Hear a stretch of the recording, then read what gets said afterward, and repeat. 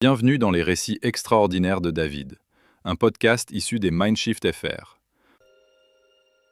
Voici donc, chers amis, l'étonnante histoire de la séquestrée de Lusignan. Cela se passait sous un ciel bleu d'octobre. Les nuages dans le ciel couraient comme un grand troupeau. Tout le long du mur, au-dessus de la porte du château, la glycine, dans le vent, frissonnait comme une chevelure. C'est alors qu'on entendit, jusqu'au bout de la ville, le hurlement de M. Delaveau. Jusqu'au bout de Lusignan, on entendit ce cri, qui ne s'éteindra plus parce qu'il fait partie désormais de l'histoire de ces murs, de ces petites rues et de ces vieilles bâtisses. « Madeleine, reste! Reste là! Ou sois maudite !» La porte de fer grinça. Un jeune homme sortit, presque titubant, qu'on ne reverrait jamais. De même qu'on ne reverrait plus la belle Madeleine, la fille aînée de M. Delaveau, dont le prétendant venait d'être ainsi chassé, au moment même où elle s'apprêtait à le suivre. Oui, la belle, la brune, la savoureuse et charmante Madeleine ne devait plus reparaître. La porte du château se refermait sur elle plus lourdement qu'une trappe, faisant naître d'un seul coup l'étonnant mystère de la séquestrée de Lusignan que Jacques-Antoine a choisi de faire figurer parmi les dossiers extraordinaires de la police.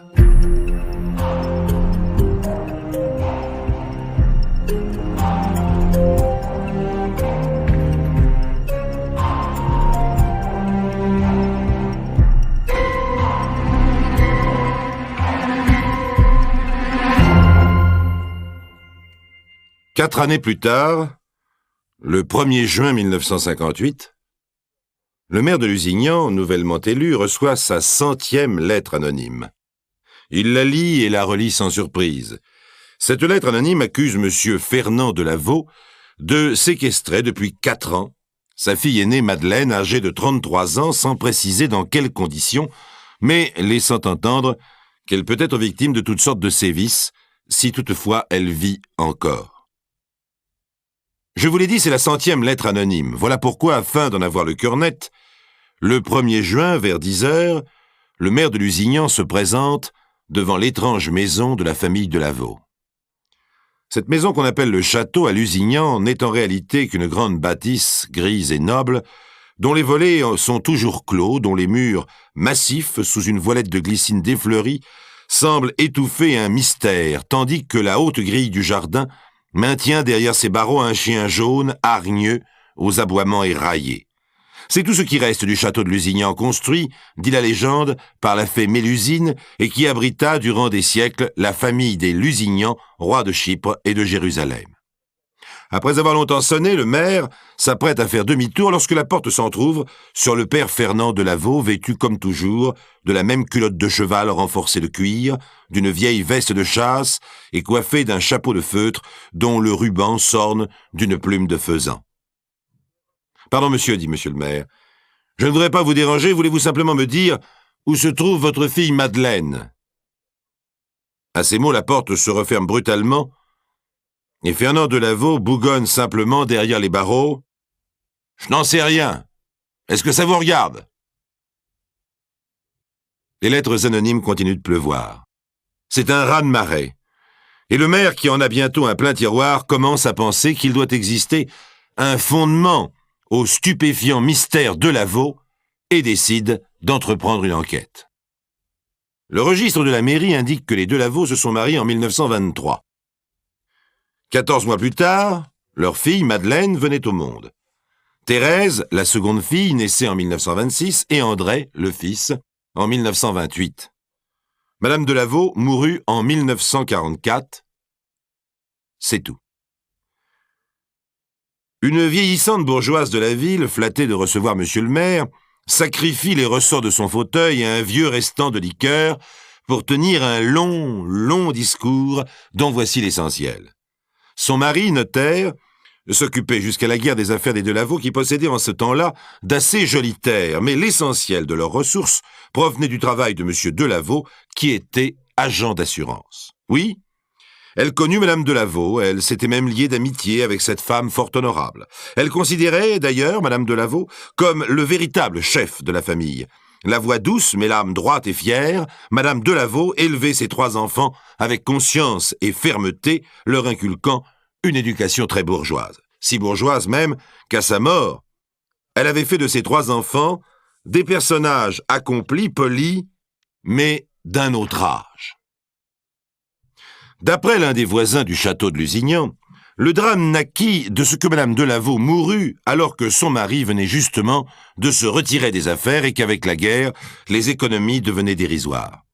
Monsieur Delaveau dut alors disputer contre sa fille aînée l'héritage de l'autorité maternelle. Bien sûr, ce duel n'engendra aucun écho, mais au contraire le silence et le mystère. À présent, Fernand Delaveau ne s'occupe plus que de ses propriétés, ce qui lui laisse au surplus beaucoup de loisirs, son travail consistant à aller chercher chaque trimestre, à bicyclette, le prix de ses fermages. Les métayers que visite monsieur le maire déclarent n'échanger avec Fernand Delaveau que des propos brefs. Autrefois, ces visites étaient plus agréables car à ces froideurs s'ajoutent aussi les chicaneries ou les reproches bourrus d'un homme trop gêné financièrement pour être tolérant. D'ailleurs, même sous prétexte de lui apporter de l'argent, les fermiers n'entrent pas chez lui. Et quand il reçoit par force un fournisseur, c'est toujours dans le jardin ou sur le seuil de la porte. Et le fils Delaveau. Monsieur le maire imagine en savoir davantage en interrogeant des camarades du jeune André Delaveau. Il va donc rencontrer 3 ou 4 jeunes gens, tous anciens élèves de l'école Saint-Charles, cours privé, où André Delaveau fit ses études. Il découvre alors un autre aspect, et non le moins dramatique, du mystère Delaveau. À l'école, André fut un élève normal, moyen, ni plus ni moins dissipé que les autres. Mais alors que les autres apprirent tous un métier, poursuivirent leurs études ou gagnèrent leur vie, André tient la place de batteur dans le petit orchestre de Lusignan et ne sait rien faire d'autre. D'après ses camarades, il élude chaque question concernant sa famille et n'invite jamais aucun d'eux à pénétrer chez lui. D'ailleurs, depuis qu'il existe un mystère Delaveau, les rares jeunes gens de Lusignan qui le fréquentent encore sont ceux qui jouent avec lui dans le petit orchestre du Café Bouillon. Le soir, les jeunes bourgeois de Lusignan essaient d'y recréer dans ce décor plutôt fait pour les bals paysans l'atmosphère de Saint-Germain-des-Prés. Monsieur le maire va donc y boire une mauvaise bière. Il y découvre André Delaveau, échevelé, maigre, avec un visage mou, qui s'agite derrière sa caisse et ses cymbales. Il ne semble pas avoir de petit ami dans l'assistance, et le maire, qui espérait tenir le bon bout de son enquête, s'en retourne déçu. C'est alors qu'il joue sa dernière carte, le curé. Le curé se souvient de la jolie Madeleine comme d'une jeune fille sérieuse, très croyante et pratiquante. Lui, il sait tout. Derrière son confessionnal, il a tout appris. Mais il ne peut évidemment trahir le secret de la confession. Il conseille simplement à monsieur le maire d'envoyer un gendarme à Rennes pour y interroger un jeune journaliste. Cette fois, le maire croit tenir la bonne piste. À Rennes, la police, bien qu'elle juge le dossier bien inconsistant, accepte d'envoyer un inspecteur interroger le jeune homme. Il s'agit d'un garçon de 29 ans, plutôt petit, mais très beau, avec des yeux de velours et des cils longs à faire damner une âme de midinette. Lorsque l'inspecteur lui explique les raisons de sa démarche, le jeune journaliste lève les bras au ciel, il ne veut plus entendre parler de cette histoire. Oui, il a connu Madeleine Delaveau, oui. Elle lui plaisait beaucoup, oui, on peut dire qu'il en était tombé follement amoureux. Oui, il pense que Madeleine l'aimait aussi. Du moins, jusqu'au jour où Delaveau les surprit roucoulant sous les arbustes du jardin. Le vieux leur fit alors une scène atroce, disant des choses effroyables. Et comme Madeleine hésitait à suivre le jeune homme, Delaveau lançait ce fameux cri qui volait dans les rues de Lusignan au point d'y rester planté, d'y prendre racine, comme les lierres et les légendes. « Madeleine, reste là, ou sois maudite !» Madeleine obéit, et le jeune homme repartit seul et ne put jamais la revoir. Croyez-vous que Madeleine puisse être séquestrée par son père ? C'est probable.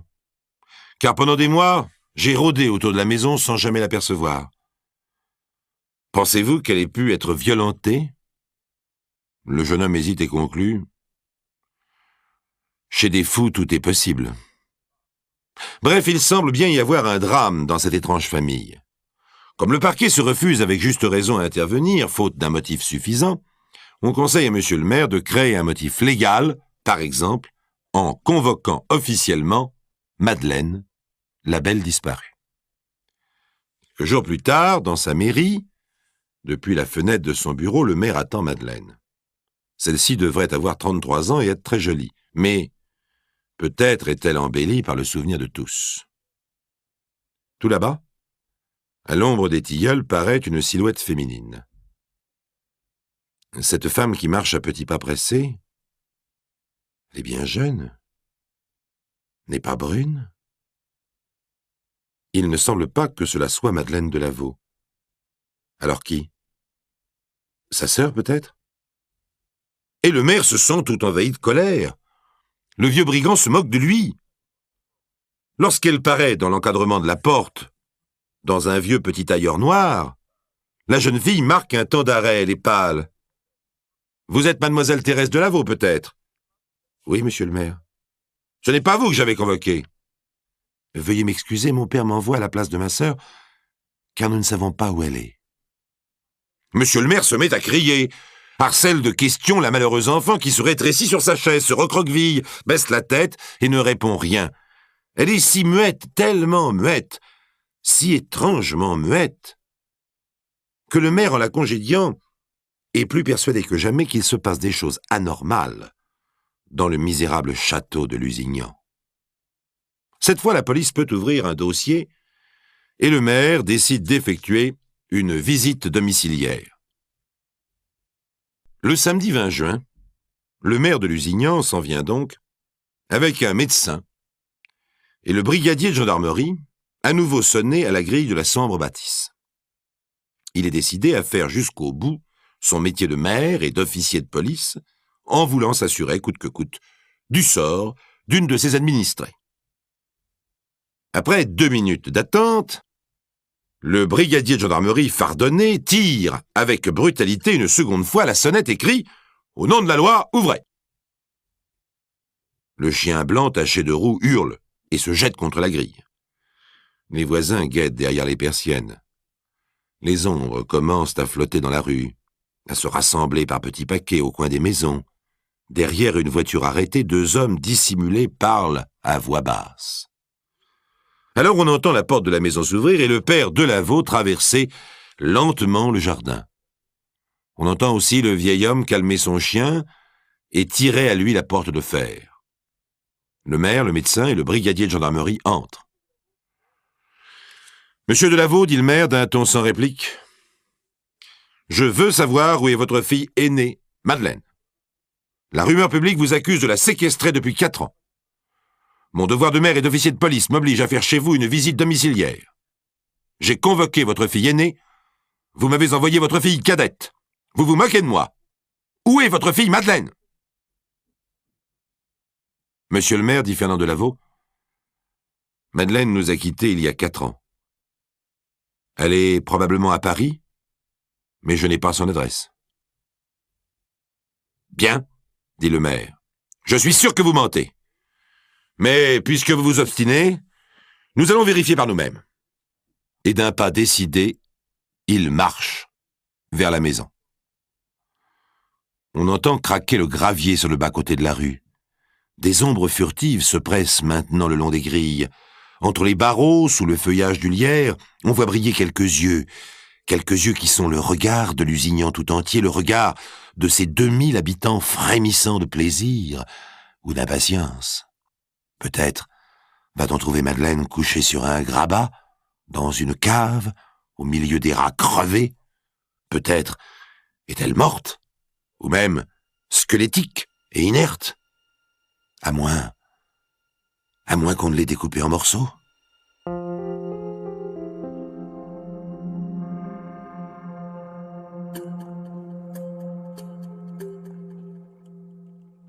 Il fait chaud dans l'air pesant. Les volets des Delaveau claquent tout autour de la maison. Le maire et les gendarmes ont en effet ouvert les volets, car il fait noir comme dans un puits. Après quoi, ils commencent à fouiller les placards, à déplacer les meubles, devant Fernand Delaveau silencieux et contracté, devant Thérèse, qui ne semble pas avoir la force de prononcer une parole. Ils explorent tout le rez-de-chaussée, y compris les pièces occupées pendant la guerre par les Allemands où d'importants dégâts ont d'ailleurs été commis. Malgré cela, tout est d'une incroyable propreté. Les parquets percés brillent sous la cire. Les vieux rideaux ne portent pas un grain de poussière. Ne trouvant rien au rez-de-chaussée, le maire et le gendarme demandent à la jeune Thérèse de les accompagner au premier étage. La jeune femme a obéi et les marches de l'escalier ciré grincent sous les pas du maire et du gendarme. Le médecin reste au rez-de-chaussée. Au premier étage, Thérèse s'arrête, comme si dans quelques secondes, tout un édifice de ruses, de combinaisons saugrenues, de demi-mensonges allait s'écrouler. Il y a ici, dit-elle, la chambre de mon père, un salon abandonné, une pièce inoccupée, ma chambre et la chambre de mon frère André, qui toutes donnent sur le couloir. Le maire s'éponge le front. En passant devant une fenêtre, il aperçoit la rue, un groupe de curieux rassemblés devant la maison en plein soleil, et remarque une femme qui se protège avec un journal ouvert au-dessus de sa tête. « Allons-y, dit-il. » Dans la première chambre, la plus vaste, celle du père, il ne voit qu'un coffre-fort, 2 lits et une table. À part cela, la pièce noyée d'ombre est absolument déserte. Dans la pièce inoccupée, un ancien salon, seul un pinceau de soleil entre 2 volets mal joints, dessine sur le parquet luisant quelques reflets. Le maire remarque simplement une petite table à ouvrage devant la fenêtre.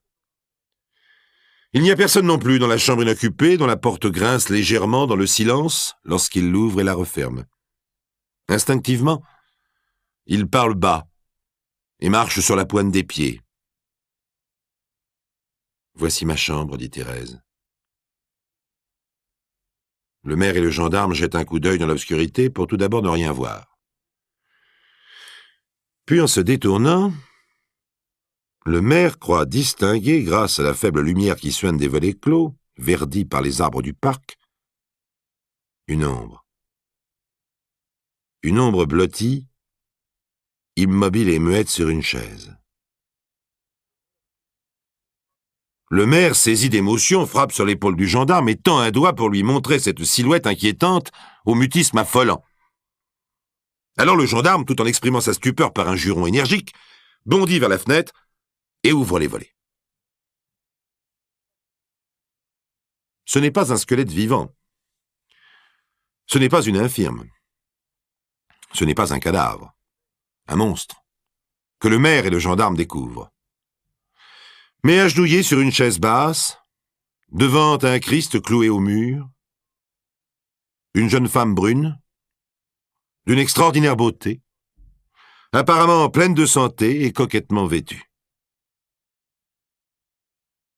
« Êtes-vous Madeleine de Lavaux ?»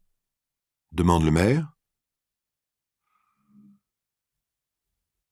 La jeune femme répond « Oui », d'une voix étrange, très sourde, tellement basse, que les 2 hommes se penchent pour l'entendre. « Veuillez me pardonner, dit-elle. Je n'ai pas parlé à voix haute depuis 4 ans. »« Madeleine de Lavaux, dit le maire, nous vous recherchons parce que la rumeur publique accuse votre père de vous avoir séquestré. »« Mon père ne m'a jamais séquestré. Je me suis volontairement retiré du monde. » Le maire et le gendarme se taisent complètement désemparés. Ils sont presque drôles à voir avec leurs yeux arrondis, leur bouche ouverte, leurs joues rougissantes. Incontestablement, la jeune femme ne semble pas avoir subi le moindre sévice. Elle est vraiment très belle, très fraîche, les formes pleines et la chair ferme. Seuls ses yeux semblent emplis de crainte et supportent mal la lumière de la fenêtre grande ouverte. Alors pourquoi votre père nous a-t-il menti en prétendant que vous étiez à Paris? Parce qu'il ne sait pas que je suis ici depuis 4 ans. Vous ne prétendez pas que votre père ignore votre présence dans sa maison? Si. Mais comment vous nourrissez-vous? Ma sœur me nourrit en cachette. Alors vous n'avez jamais vu votre père depuis 4 ans? Non. Et votre frère André? Non plus. Mais où couchez-vous? La jeune femme montre le lit. Là. Avec ma sœur. Le maire, de plus en plus ahuri, s'en va sur le parquet brillant jusqu'à la pièce voisine, dont une mince cloison de briques les sépare. Thérèse lui explique que c'est la chambre de son frère, lequel n'a jamais su, entendu, deviner la présence de sa sœur à travers la cloison. Mais est-ce qu'il lui arrive de sortir de votre chambre? Demande le maire. Oui, lorsqu'il n'y a personne. Elle s'en va au bout du couloir, dans l'ancien salon désaffecté. Là, elle a installé une petite table à ouvrage pour transformer les vêtements de sa mère, en sorte qu'ils ne l'enlaidissent pas trop. Étrange coquetterie, puisque personne en dehors de Thérèse ne peut la voir. En 4 ans, pas une seule fois, elle n'est descendue au rez-de-chaussée, affirme Thérèse pendant que le médecin examine la recluse. D'ailleurs, ni mon père, ni mon frère, ni ma sœur ne nous parlons. Jamais. Au rez-de-chaussée, le vieux père de Lavaux, qui n'a pas bougé d'un pouce, arbore un masque tragique. Votre fille Madeleine était là-haut, dans la chambre de votre fille cadette. Elle y habite depuis 4 ans. Pourquoi nous avez-vous menti? Je la croyais à Paris. Alors vous ne l'avez jamais rencontrée dans votre maison? Jamais. D'ailleurs, pour moi, elle était partie. Et je n'avais pas à m'en occuper. Enfin, je suis chez moi. J'ai ici le droit de faire ce que je veux. Le maire sent bien qu'il ne lui reste plus qu'à se retirer. Pourtant, il insiste auprès de Madeleine. Mais enfin, mademoiselle, pourquoi avez-vous fait cela? Je n'avais plus les moyens de tenir le rang que m'imposaient les traditions de ma famille. Et si je n'ai pas envie de sortir, je pense que cela, monsieur, ne regarde personne. C'est évident, dit le maire avant de s'en aller, mais maintenant, qu'allez-vous faire? Je m'en irai à Poitiers. Pourquoi? Sans doute, parce qu'elle ne supporterait pas les ricanements de la foule et les gendarmes goguenards. Elle avait supporté la solitude et l'ennui, le vide et le silence, mais elle n'accepterait pas les sourires et les colibés, les commères et les badauds. « Voyez ce que vous avez fait de votre fille », dit le docteur en passant devant le père de Lavaux. Sa fille? Elle avait tenu dans un lange, elle avait été à l'école, elle avait joué, ri. Il avait dressé pour elle des arbres de Noël.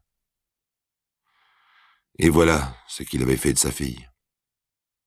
Voilà ce qu'il avait fait de ses enfants. Je sais, dit-il. Je ne mérite qu'un trou dans la terre. Il faudrait donc refermer là le dossier de l'affaire de la séquestrée de Lusignan avant même qu'il eût été vraiment ouvert. Mais non. Il y a quand même une pièce dans ce dossier. Il y a quand même un mort. Le lendemain matin, les gendarmes reviennent précipitamment. Fernand de Lavaux, le vieux de Lavaux, vient de se tirer une balle de fusil dans la tête.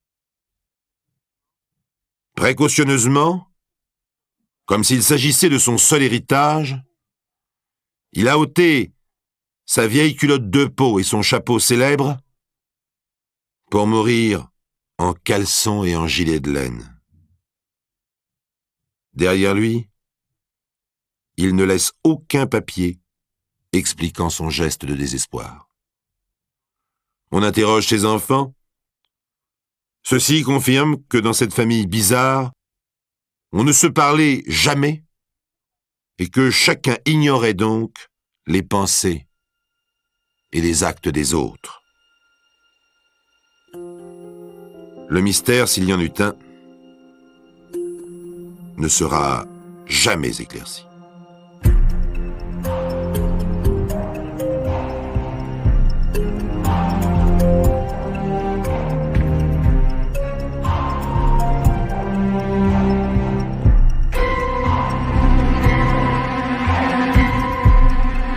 Vous venez d'écouter le récit extraordinaire de David, un podcast issu des archives d'Europe 1 et produit par Mindshift FR Studio. Et composition musicale, Charlie Productions, Daniel Gudy. Direction artistique, Xavier Andam. Patrimoine sonore, Éric Malceau. Écoutez aussi le prochain épisode en vous abonnant gratuitement.